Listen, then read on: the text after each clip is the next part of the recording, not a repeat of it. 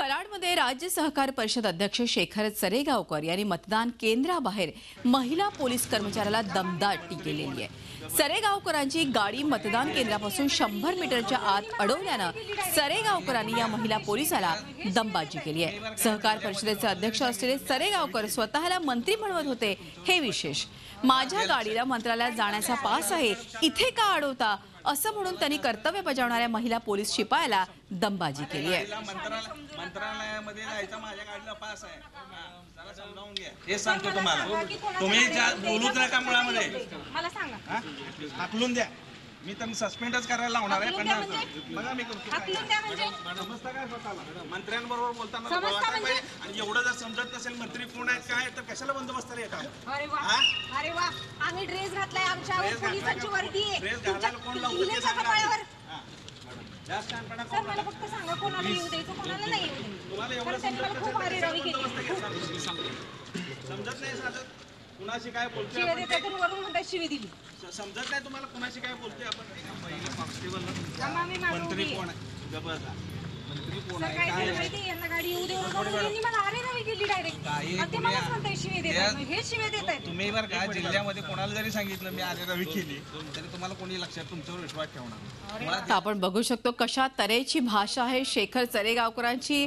हाकलून द्या, मी तुम्हाला सस्पेंडच करतो, मला तुम्ही कितीही बोला की मी शिव्या दिल्या किंवा अरे रावी, कोणीही मला याच्यावरती विश्वास ठेवणार नाही, अशा प्रकारची एक सत्ता डोक्यामध्ये गेल्याचं चित्र हे एक डोळ्यासमोर दिसतंय।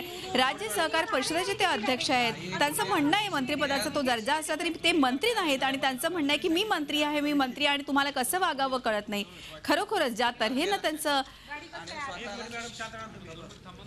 एकूणच वागणूक आहे ती कठीण आहे असंच म्हणाले। मंत्रालयामध्ये जायचा माझ्या गाडीला पास आहे, जरा समजावून घ्या। हे सांगतो तुम्हाला, तुम्ही बोलूच नका मुळामध्ये, मला सांगा, हाकलून द्या। मी तर सस्पेंडच करायला लावणार आहे।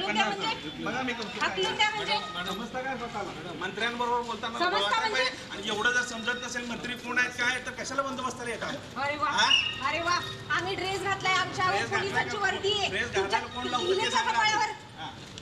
जास्त अनपणा सर मला फक्त सांगा, कोणाला येऊ द्यायचं कोणाला नाही येऊ द्यायचं? तुम्हाला एवढं समजत नाही साधं कुणाशी काय बोलतोय आपण? वरून म्हणता शिवी दिली, समजत नाही तुम्हाला कुणाशी काय बोलतोय आपण? पहिलं कॉन्स्टेबल मंत्री कोण आहे? जबरदस्त। दरम्यान या प्रकाराबाबत सरेगावकर यांची प्रतिक्रिया जाणून घेण्याचा प्रयत्न झी 24 तासनं केला, मात्र प्रतिक्रिया देतानाही सरेगावकर यांनी काही हेका सोडला नाही।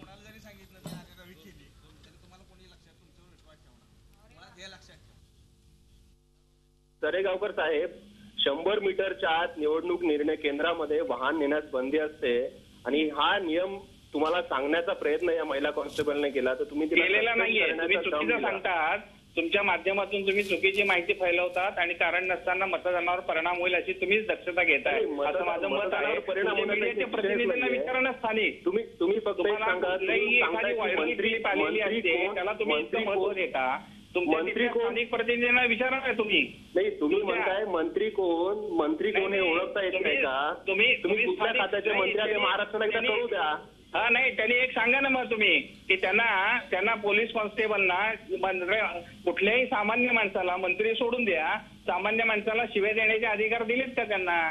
की माझ्याकडे जो परवाना आहे, माझ्या गाडीला जे लायसन आहे ते न बघता एखादा पोलीस कॉन्स्टेबल, मग ती महिला म्हणून तुम्ही मीडियाच्या माध्यमातून लोकांना सहानुभूती मिळवण्याचा प्रयत्न करू नये असं मला वाटतं। तुमच्या प्रतिनिधींना तुम्हाला प्रतिक्रिया द्यायला तयार नाहीये, तुम्ही पॉलिटिकल प्रेशर आणून लोकांना कशासाठी व्हिडिओ माहिती नसेल तर मुद्दामून सांगतो तुमच्यासाठी। मी महाराष्ट्र राज्य सहकार परिषदेचा राज्यमंत्री पदाचा दर्जा आहे हे आम्हाला माहिती आहे, पण तुम्ही त्या महिला कॉन्स्टेबलला सांगता राज्यमंत्री पदाचा दर्जा आहे, तुम्ही तक्रार केली महिला पोलीस कॉन्स्टेबलने तुम्हाला शिव्या दिल्या? डीवायएसपींना फोन करून विचारा, डीवायएसपींना मी हे बोललेलो आहे। तुम्ही सांगता मंत्रालयात